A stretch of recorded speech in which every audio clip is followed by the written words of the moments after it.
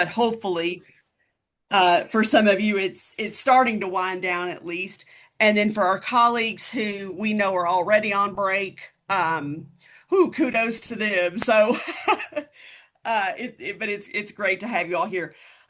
We think we do have some new folks joining us today for the first time, so we probably will do another just really quick description of the network and what it is, and then we'll pretty quickly get into our work groups and get the conversation started.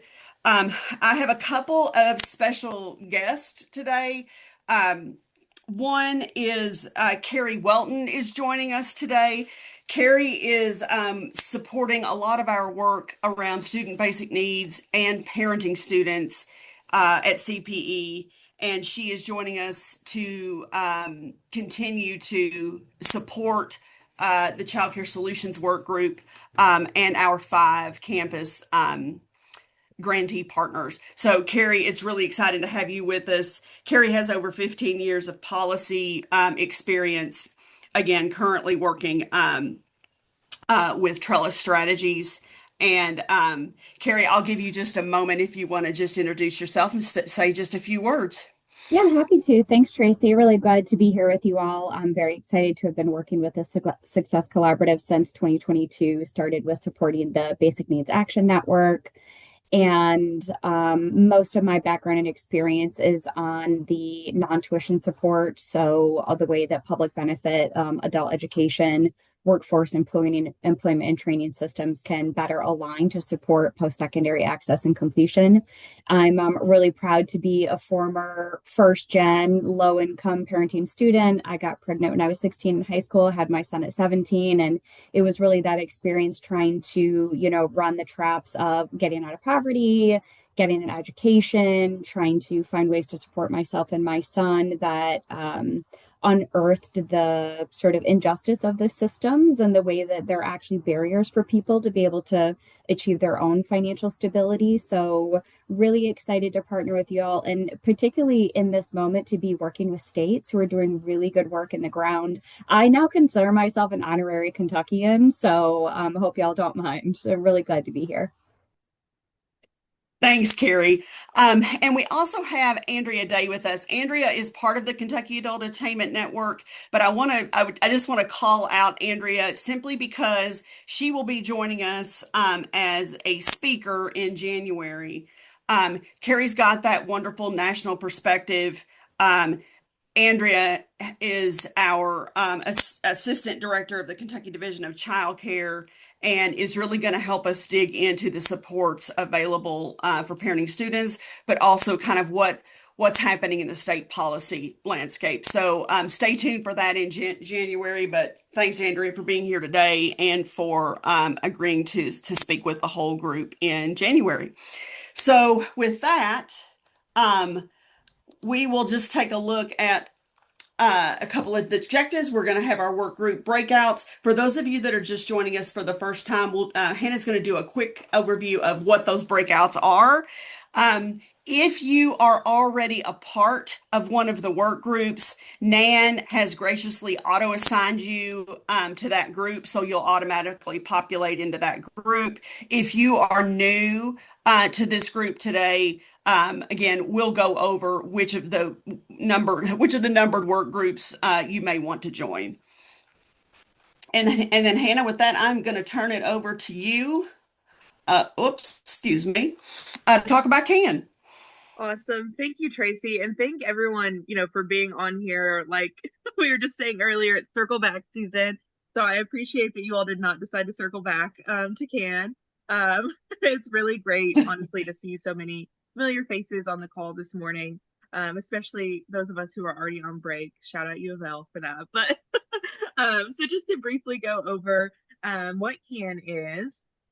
So we have, talked about this as a virtual collaborative to bring together people across not only higher education institutions, but also the workforce and community organizations. And really what we're doing in this collaborative is to first identify any barriers facing adult learners. So what does it look like, every day for an adult learner to think about going to school, to come back to school, to move through these systems, and then also to work together to co-create these practical, scalable solutions. So, if there's something that you all have seen working elsewhere, how can we scale that for Kentucky in the work that we do every single day? And so we've broken this work into 4 different action groups or working groups. The first one is adult learner advocacy. So in this one, we're really looking at policies or frameworks or ways that we can actually bake adult learner advocacy into systems themselves. So this can be both within the institution and outside of it. Ideally, it's a collaboration between both of those. And yeah, so again, we're just kind of looking at policies, programs, things like that, and how we can rework those to be more friendly to the adult learner. Adult learner transitions is very broad. We've got, I know, a lot of our adult education folks in this action group thinking about ways to support adult learners in those transition periods. So either transitioning, from workforce to higher education or higher education to workforce or a swirl of those things. There's a lot of good work happening in this working group.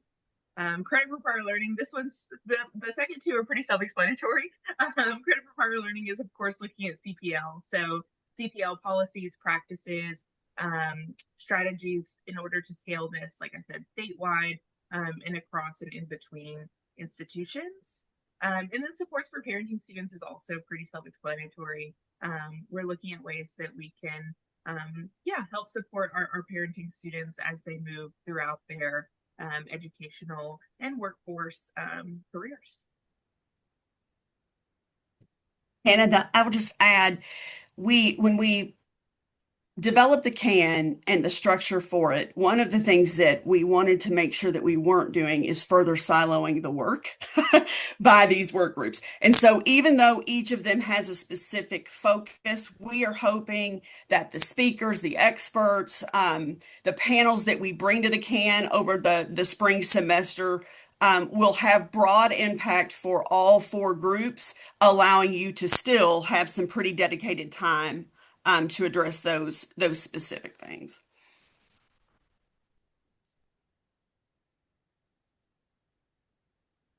So today, like Tracy said, we're really going to be spending most of our time in our work groups together. And I was looking at everyone's notes from the last session, and everyone really put in a lot of effort behind exploring what challenges were that they see every day, and then opportunities to create some solutions. And so today we really want to be thinking about the end. So for those of you all that don't know, that are new, the kind of the purpose of CAN is to create something at the end of it. And we'll give you some examples for those of you who are new in just a second of what that might look like. But today we really want to start thinking about, okay, we've identified these challenges. How can we do something with it? So brainstorming a potential project, or if you're not there yet, if you're not quite at that point, creating this shared understanding of what your landscape looks like. So if you were going to, start working on something, what already exists and how can you build off of that? And then we will share the link to the shared document. Thank you, David, for the reminder. So these are just some examples, and they're just that. They're examples. Don't feel like you have to bite off all of this, before May. These are just some things that we've already seen, or people have started talking about doing here in Kentucky.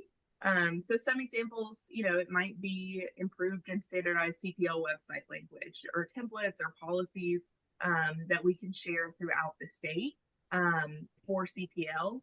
It might be an adult learner advisory group, and that might be in your county or at your university, in your metro area, but thinking about who you can bring to the table to address specific issues.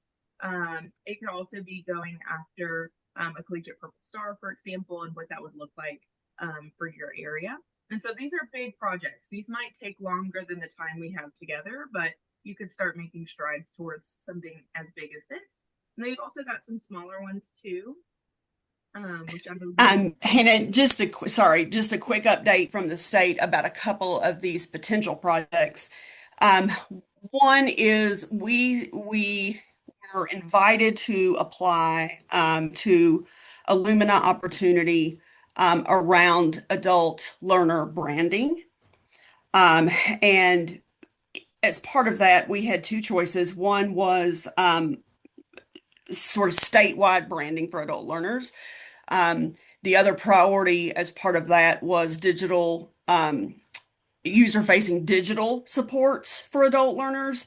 That is the route that we went, focusing specifically on credit for prior learning and what a potential statewide catalog would look like in a user-friendly tool at the state level. So we won't know until February whether or not we will receive that support, but I did want to just let everybody know that that's one thing brewing at the state level.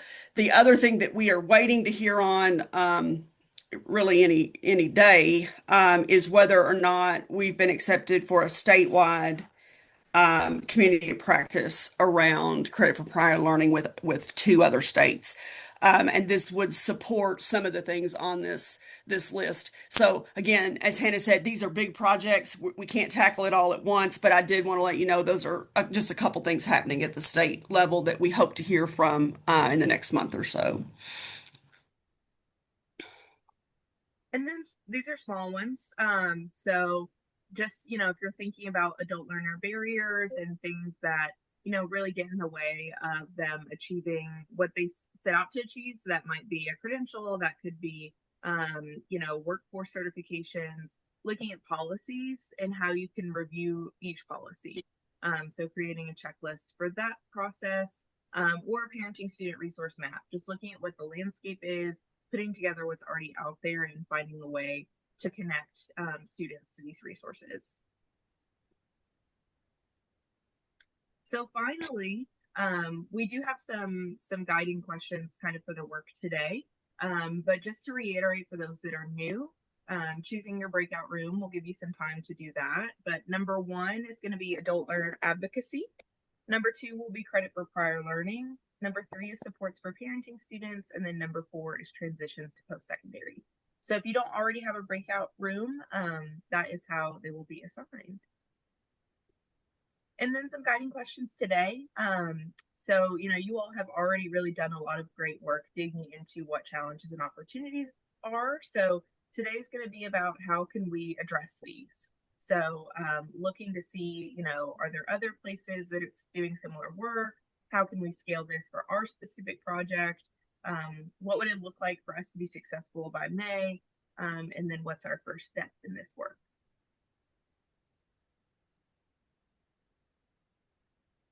We've got about 45 minutes remaining, so we'll hop back on about 10:50 just to do a quick review and wrap up. And then if I will stay in the main room if you need supports in picking the group if you're new with us.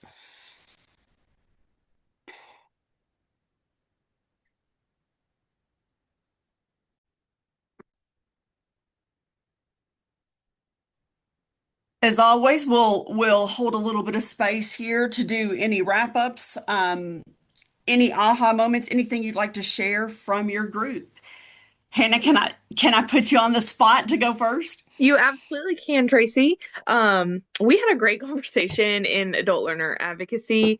We kind of did a little activity where we all looked at our websites for our own institution or organizations to just look, very quickly, homepage, one click away from the homepage. What does that look like for an adult learner? Do they see themselves on that page? Is there information about how to apply or how to access financial aid or scholarships? And if not, how can we change that? What would we add? What would we move around? And then we started thinking about kind of our end product, what we wanted to do with our time.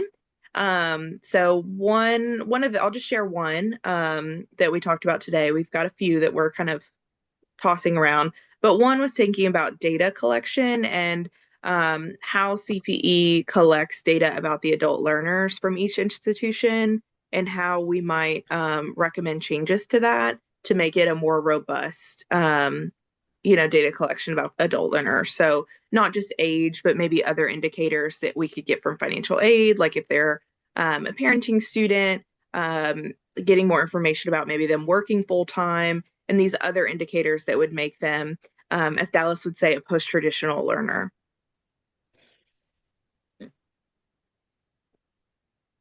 Hannah, perfect timing on that. The CPE data team is building out the adult learner dashboard.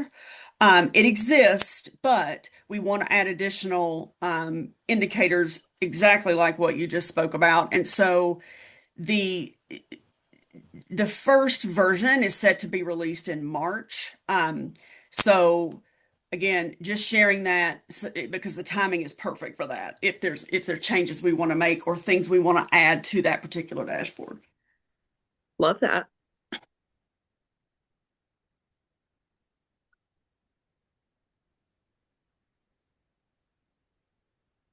What about the transitions group?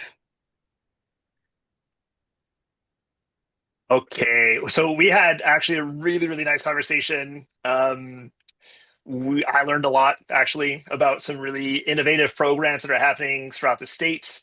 I think the takeaways, I think we got three big takeaways from this group in terms of what we would like to work on or where we're headed in our thinking. So one is that an improved awareness of stakeholders amongst the stakeholders is needed. So, for example, the educational opportunity cooperatives are incredible, sorry, opportunity centers are incredible resources that could collaborate with adult ed on a regular basis to help transition learners. So we could build awareness there, and that would be incredibly helpful. The second point, improved advising and mentoring processes. So this is something that came up a couple different times in a couple different ways during our conversation. So thinking about perhaps a single advisory process between adult education and the local community colleges, one person who could help the learner through adult ed and into post-secondary. The customer service approach in general is thinking about, one-on-ones, whatever the student needs, thinking about all the different kinds of the things that the student needs, but in general, improving this advisoring and mentoring process. There's a lot of opportunity there. And then the last thing was a project that came up. Tammy is like building this really innovative adult education first year experience type course, which will be a test by examination course for students serving at the local penitentiary, which is fantastic and something that's been on the minds of a lot of adult educators across the state. So thinking about if it would be possible to build out a framework for what that could look like and pulling in stakeholders from around the state, something that we might be able to get rolling. So Kendra, I'm looking at you here. Thank you. I love that idea.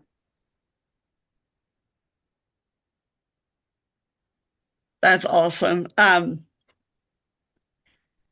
Credit for prior learning. And I can't see right now the participant list. Is Dallas with us today?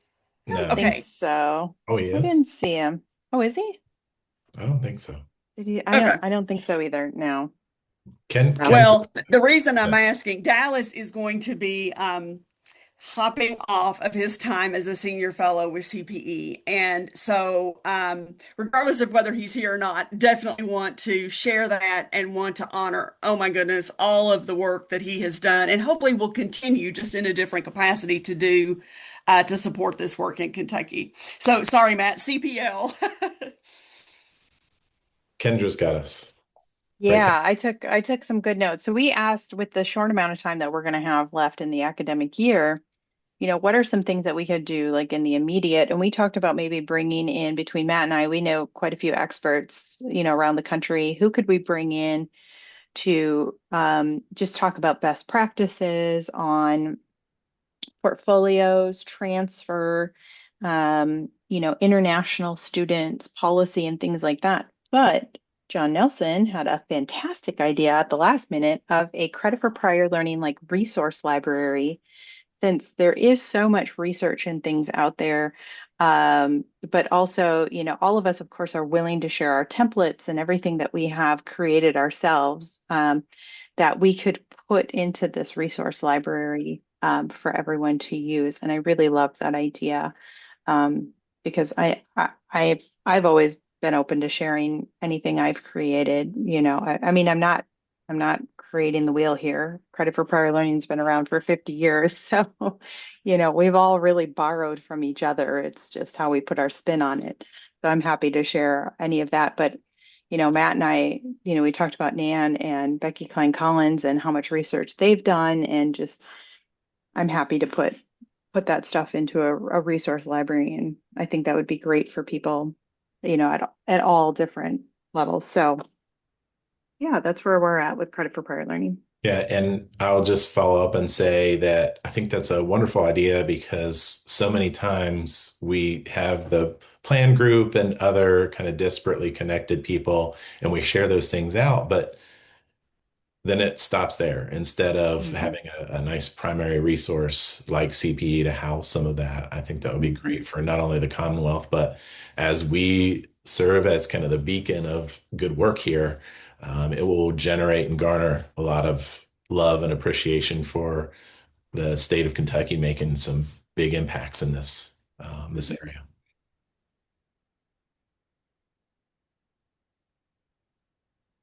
Thanks, Kendra. Thanks, Matt. And then finally, our parenting student group.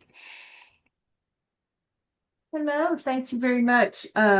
We had some discussions around data. It seems like that's a common theme. And any group members, please jump in as well. But some conversations around data and the lack of it, the changes in FAFSA that may be creating some issues.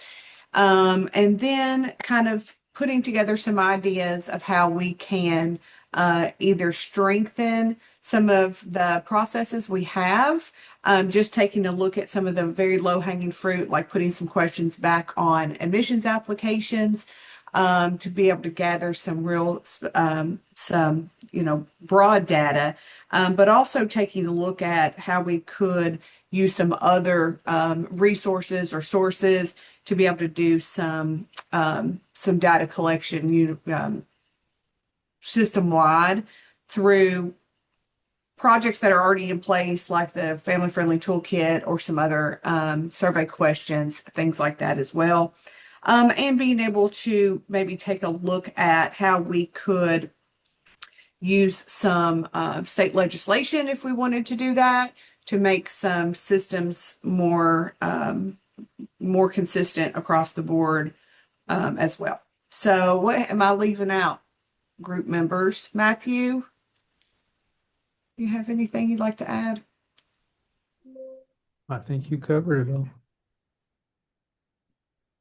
So yeah, so basically summarizing, we're still looking at and needing to find ways to be able to collect some system-wide data that's more reliable, and being able to take a look at what some of our options are and how can we do that across the state and not just have different systems collecting their own data in their own ways. With it might not being quite as accurate as what we would like for it to be. Thanks, Robin. And I know we're at time. Just really quickly, our next session is January 20th. Andrea Day will be providing an overview of what's happening with the state around childcare supports. So if there's anything in particular that you would like for her to cover, please feel free to reach out to her or to me, and I'll get that message to her. And then in February, we are hoping to bring a CPL national expert to the conversation. So be on the lookout for both of those things. And thanks for coming on a late December date. And whatever you celebrate over the next couple of weeks, I hope you celebrate big. So thanks so much.